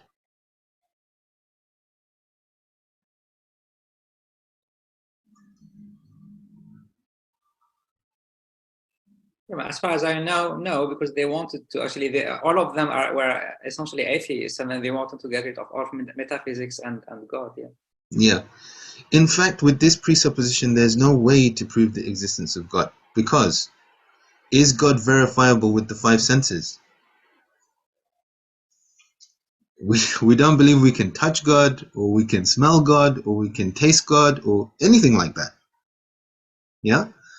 Empirically, using our five senses, we cannot prove the existence of God. So this is how the rationale of logical positivists would work. Yeah, the fundamental axiom would be that all that is valid by the five senses, or anything that cannot be valid by the five senses is invalid. Let's put that here. Anything that cannot be validated. So hey, just question here. So here, Yep. were they meaning? I think they were like meaning empirical in the large sense, not only five senses. For example, they were accepting quantum mechanics, which is like do like experiments and data and these kind of things. But when you couldn't see like quantum object, but at least you can infer them through measurements and experiments. Okay, that's about. So should we say instead of five senses, should we say measured? Yeah, I would say like empirical. Okay. Yeah. Okay. So let's put this here then. Anything that cannot be empirically verified. Okay, that's better. Yeah. That cannot be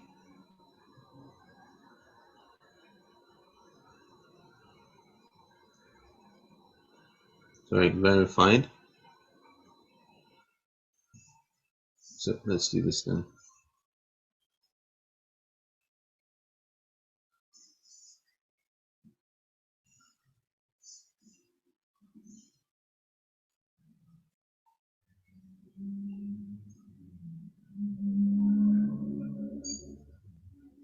Anything that cannot be empirically verified is invalid. God cannot be empirically verified. Therefore, God is invalid.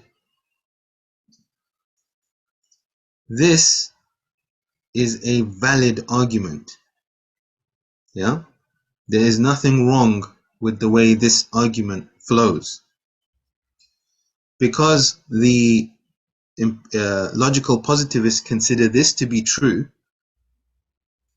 this even theists accept to be true, you therefore have two true propositions, a valid way of argumentation, and so therefore, for the logical positivist, this is true because of their presupposition. Okay, this is true. So how would they explain this? They would explain it quite flagrantly, saying things like, it was silly to believe in a God, everything can be empirically verified, everything that's important can be empirically verified, and so on and so forth. Okay, so whatever their explanation happened to be, whether it was a calm explanation or a flagrant explanation, okay, in the way they would say, in the way they would live, because the way you live is also an expression of your thought process. Okay, so they would live according to there being no God. Yeah, they would perhaps gang up on somebody who believed in a God, thinking that that was not a rational way to think about the universe, and so on and so forth. Okay, so the explanation of the idea doesn't always have to be in words or on paper. It can be in expression, it can be in the way a person lives, and so on and so forth.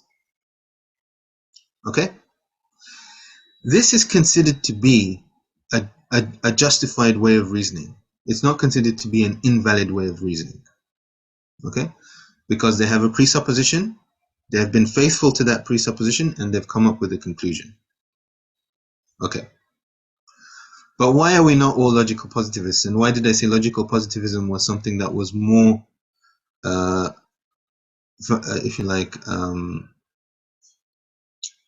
fashionable in the 90s? So just to answer this question here, Muhammad Jawad's question here, what we're saying is that which cannot be empirically verified is not valid. I'll write it for you here.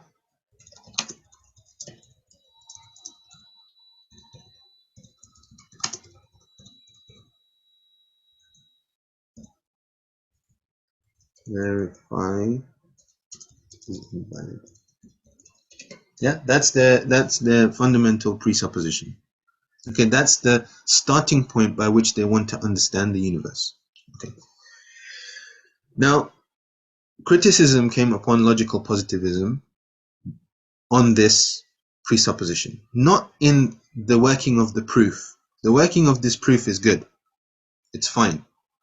The problem is in the presupposition itself, or if you want to debate with this, the place to debate is not on the level of proof. The place to debate is on the level of presupposition. Yeah? The problem you have is not the way the proof is done. There's not, in terms of logic, if you're going to judge it on the standards of logical deduction, it's a deductive proof, it's fine. But the problem that we have here is with the presupposition itself. So how will you judge the presupposition? You have to use these 4 criteria. Okay? The first one is consistency. Do logical positivists consistently apply this presupposition? And of course, they believed it to be a presupposition that was going to tell them about the universe, so they consistently applied it. The structure of the presupposition itself, and due to its consistent application, also led to a coherency. between all that was said. It was not that they used it in one place, didn't use it in another place, or in some way didn't follow through properly on the logic part of it, and so they didn't really come under much fire in terms of the coherency of their conclusion. But where they did come under criticism is in the next two. Okay? The first was explanatory power. This worldview of only understanding the world through only empirical evidence, yeah, only that thing which can be tested using empirical data, was not enough to show to understand some phenomena. And the one that was brought out primarily was the phenomena of consciousness.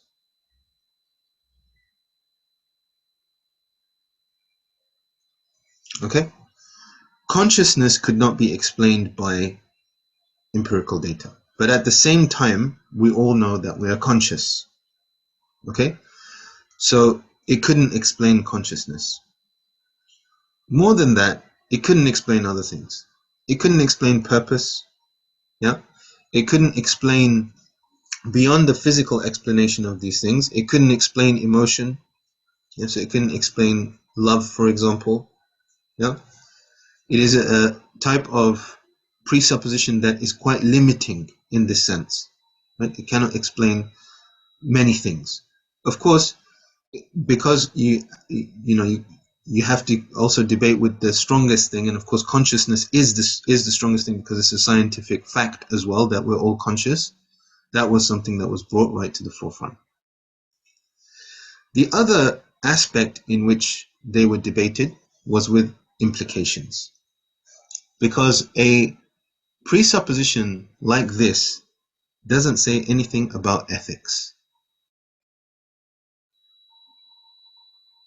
And what that meant was that actions were, if you like, ethically agnostic. Killing someone or not killing someone was neither good or bad, because it is not something that is empirically testable. Yeah? Or all other kind of ethical issues, cruelty, using the vulnerable, whatever, any other kind of ethical consideration was not included within this philosophy. This philosophy was simply trying to assert, if you like, the validity of one type of knowing. Yes, because it only had one type of knowing, it lacked on explanatory power, but it also lacked on implications as well. Okay, so this is an example here of how this system works. You have a presupposition, it feeds into your method of reasoning, and then your method of reasoning is expressed in some way or another. Yeah, is it clear?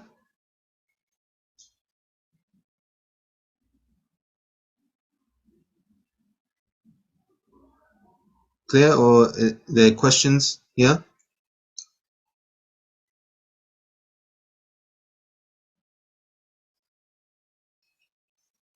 Okay, I'm going to take the silence as clear. Or should I take the silence as too many questions?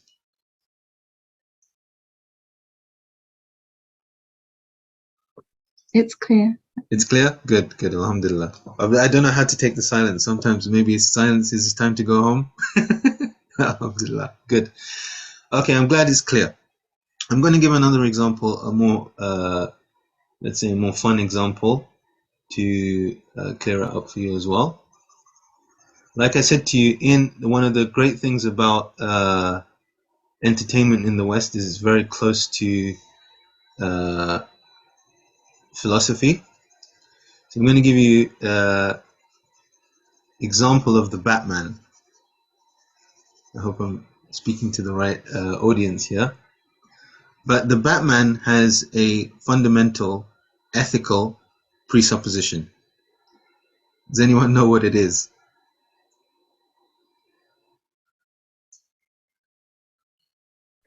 I know, but I'm not going to discuss from your previous class. Okay, Batman's fundamental presupposition is that he will not kill under any circumstance, because if he was to kill, then he would be just as bad as his as the bad guys. Yeah.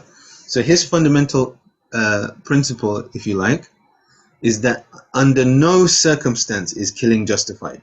Yeah. So killing is never justified.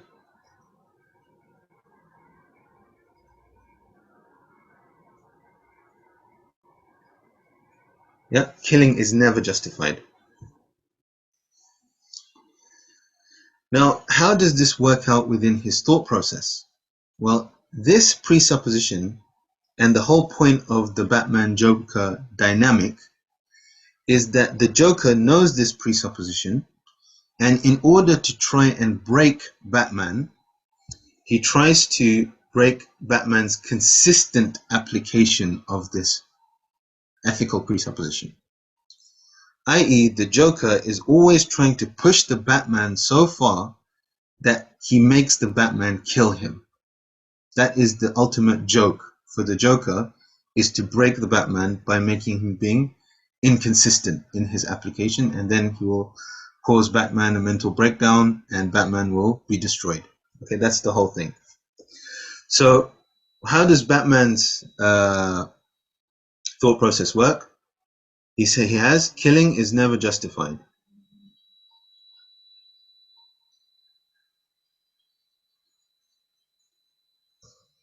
What does the Joker do?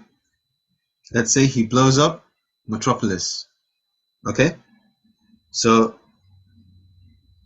let's say no matter... Okay, wait. Let's do another kulli, sorry.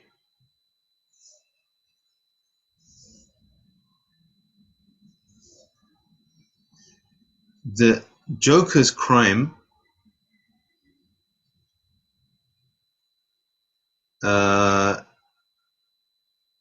let's say the Joker, so killing is never justified. The Joker's crime, okay, let's put it this way. Killing for a crime is never justified. The Joker committed a crime. Killing the Joker is not justified. Yeah? How does that play out in the explanation? Plays out whenever you have a battle scene and the Joker is saying, kill me now, kill me now. The Batman says, I will never do that because then I will be just the same as you.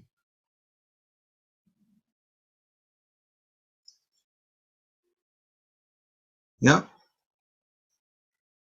Does that, hopefully that also makes sense? Yeah? Inshallah. Good, alhamdulillah. Okay, so what I want you guys to do is to take this kind of model of thought and to think about how this applies to various situations that you come across. Yeah? Is that okay? If we can do that for next week?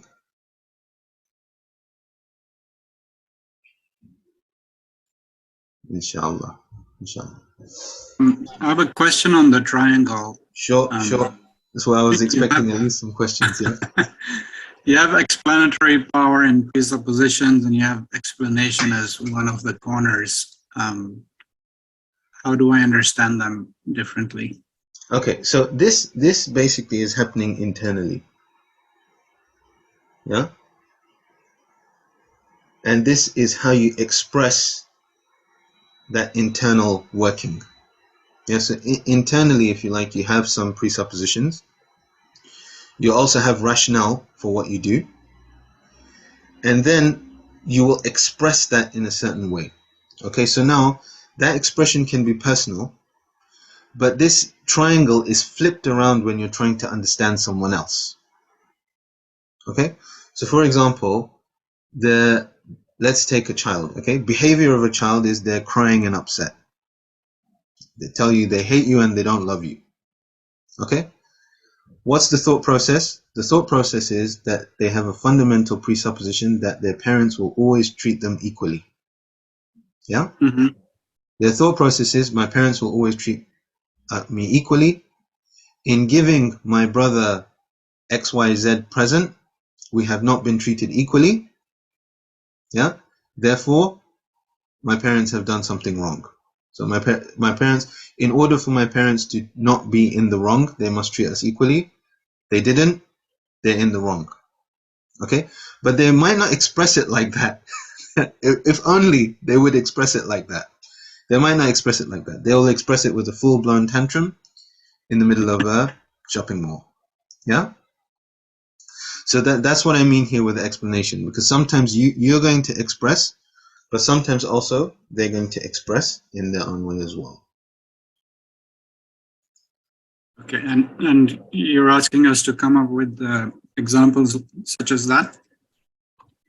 Such as that. Yeah. So okay. if you can just apply this, even if you just wait a week, you will see this happening somewhere, right? And just using that.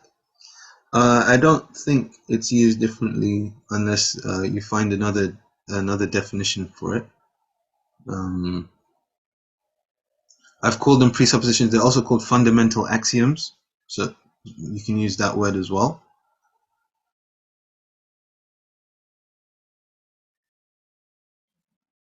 Yeah. Use that word. Assalamu alaikum.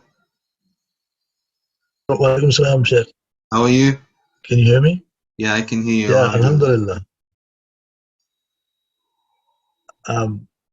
No, my question was, can these also be linked back to Kant's imperatives? Categorical imperatives or not? Can you just jog my memory what the categorical you mean the things that are already like causality, right? Which are already No, things like, for example, lying is impermissible, under no circumstances lying is allowed, kind of thing. Yeah. So if those are taken as presuppositions without any kind of basis to them, right, then yes, they would be presuppositions. Yeah. The reason why I say that is this: sometimes there are presuppositions that would come before that. Like, for example, the human being is innately enabled to know the difference between right and wrong. Lying is obviously wrong, therefore you should never lie, like that. So it could have one step before it, or maybe not. It could start as a presupposition as well.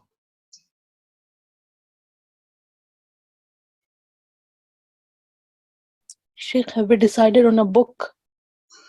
What I said is that I think it will start with Bidayatul Hikmah, judging generally by the collective kind of abilities. But if we find that Bidayatul Hikmah is too easy, then we're free to move on to Nihayatul Hikmah.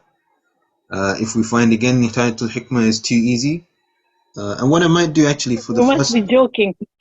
Huh? How is Bidayatul Hikmah going to be easy? And I know, but alhamdulillah, in this group we have some people who have done quite a bit, and alhamdulillah, everyone here is really, really educated, giving me serious imposter syndrome here. So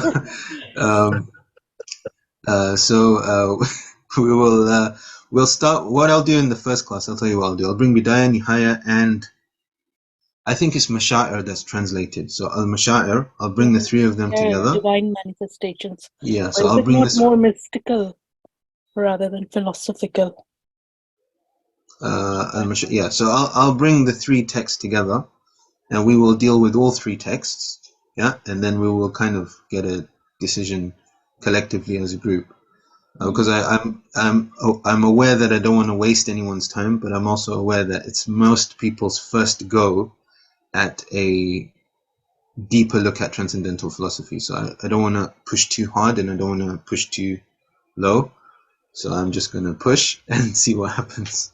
And is it going to be on Zoom now? Because we have been signed on to the college D2L space. But today when you find out, let me know. Okay. Because I will probably find out when you find out. Yeah, last week actually they said that all the classes will be on Zoom because they announced it during the announcement last week.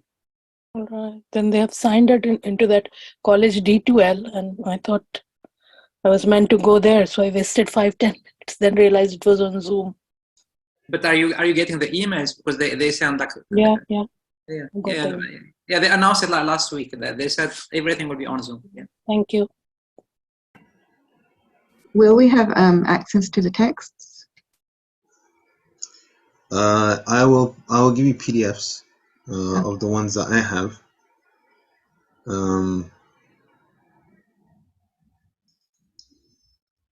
Yeah, and I have PDFs of all three. I have PDFs of all three. Inshallah, Sheikh, you'll be able to send those out to us during the week. Yeah. So we can in the okay, I'll try and upload it to the D2L. Yeah, so we can just have a head start on some of the reading. Thank you. Surely, no problem. Or we could also add another text of Amuzish in between Bidaya and Nihaya, or we don't want to touch on that. I don't really want to do Okay. Okay. Very good book though. Yeah, it's okay. I find Amuzish more of a read once you've done Nihaya or something like that. You don't need to. I know in the Hausa they study Amuzish first, but as you know, there's a debate whether you read it after Nihaya or you read it before Nihaya and things like that. So. Just question: is there like a dictionary of philosophical terms that you would recommend? Or? There are dictionaries, but the dictionary I had was actually from Iran, which I don't actually have it anymore. But there are dictionaries available. Yeah, I'm just think about like one or two. I mean, we don't want like I don't mean like a lot. I just think one simple good one. Yeah, thank you. Yeah. There's a content tab in the Brightspace, which typically gives a syllabus of what's coming every week. Will you be utilizing that? They send you a syllabus. I've sent. I think. Did you not get a course outline at the beginning? Okay, so I've sent a course outline to the admin. I will share it on D2L as well. Yeah, I've not come across it. Thank you.